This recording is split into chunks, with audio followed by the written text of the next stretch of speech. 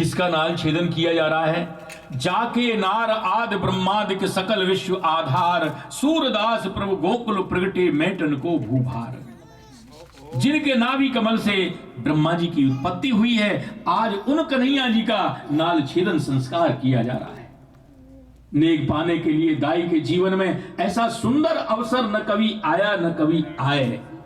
झगड़ झगड़ के नेक मांग रही, उनका अधिकार। और उनके हैं सकल गोप मेरे एक भवन तिहारो, मिट जो गयो संताप जन्म को देखो नंद दुलारो। बहुत दिनन की आशा लागी झगड़न झगड़ो कियो, झगड़ झगड़ करके नेक मांग रही। ब्रजेश्वरी नंद रानी कहां चूकने वाली थी? मन में विहसत है नंद रानी, हार हिये को दियो। उनके गले में जो हार था उसको ही उतार करके दे दिया।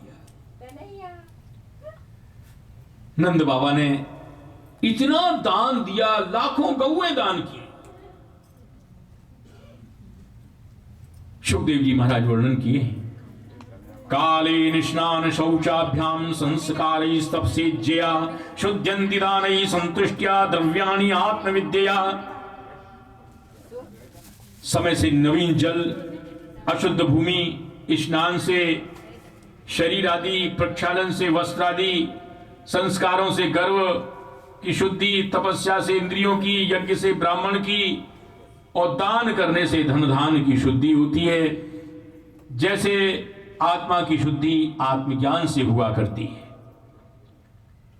जो लोग दान नहीं करते हैं वो दरिद्री बनते हैं। अदत्त दानाद भवत दरिद्रो, दरिद्र भावात प्रकरोति पापम।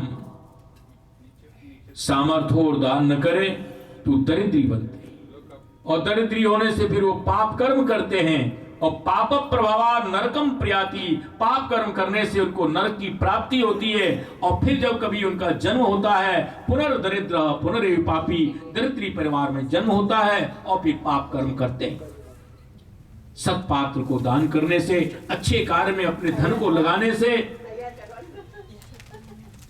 पुण्य की प्राप्ति होती है।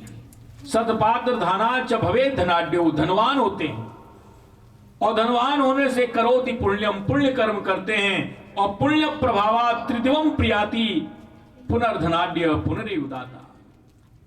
फिर धनवान होते हैं, पुण्य कर्म करते हैं, और यह श्रृंखला उनकी चलती रहती है। इसलिए कहा गया है दानमेकम कलहु युगे।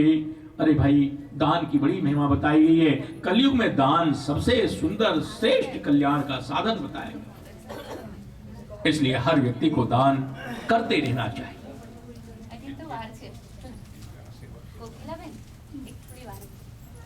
इनको आशीर्वाद हम नहीं देंगे, ये हमको आशीर्वाद देंगे।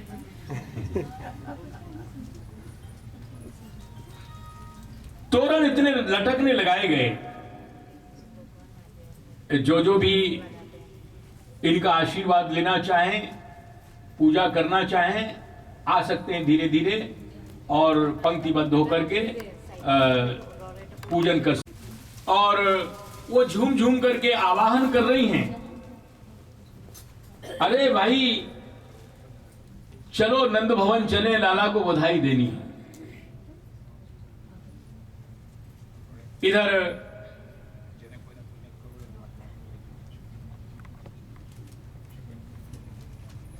गोपियां नंद भवन में आई हुई हैं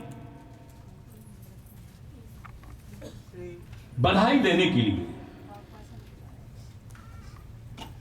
कैसे आई है, कैसे जाना चाहिए? लाला की बधाई है ना। सुने आई सवै ब्रज नारी सहज श्रृंगार किए, सज धज करके आई हैं, श्रृंगार करके आई हैं। तन पहरे नौतन चीर, नए नए वस्त्र पहन रखे हैं, काजर नैने दिए, नेत्रों में काजल लगा रखा है। कसी कंचुक तिलक लीलार शोभित हारहिए, सज धज करके आभूषण पहन करके आई हुई हैं।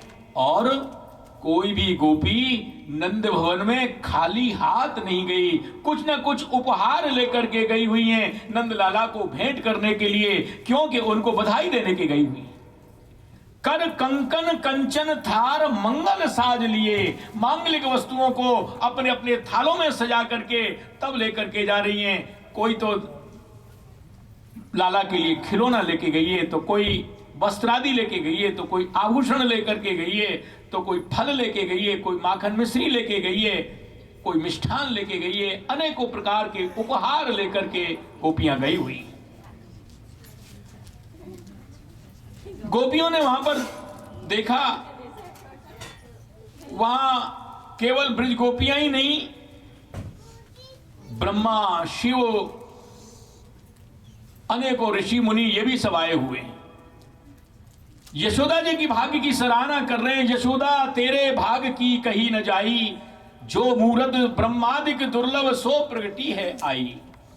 शिव नारद सनकादिक महामुनि मिलवे करत उपाई, ते नंदलाल धूर धूसर वपु रहत कंठ लपटाई। रतन जटित पोढ़ाए पालने बदन देख मुस्काई, झूलो मेरे लाल जाऊं बलिहारी परमानंद जस गाई। गोपियों ने आकर के देखा है यशोदा मैया अपने लाडले कन्हैया को पालने में झुला रही हैं। इस छवि के वो झांकी के दर्शन कर रही।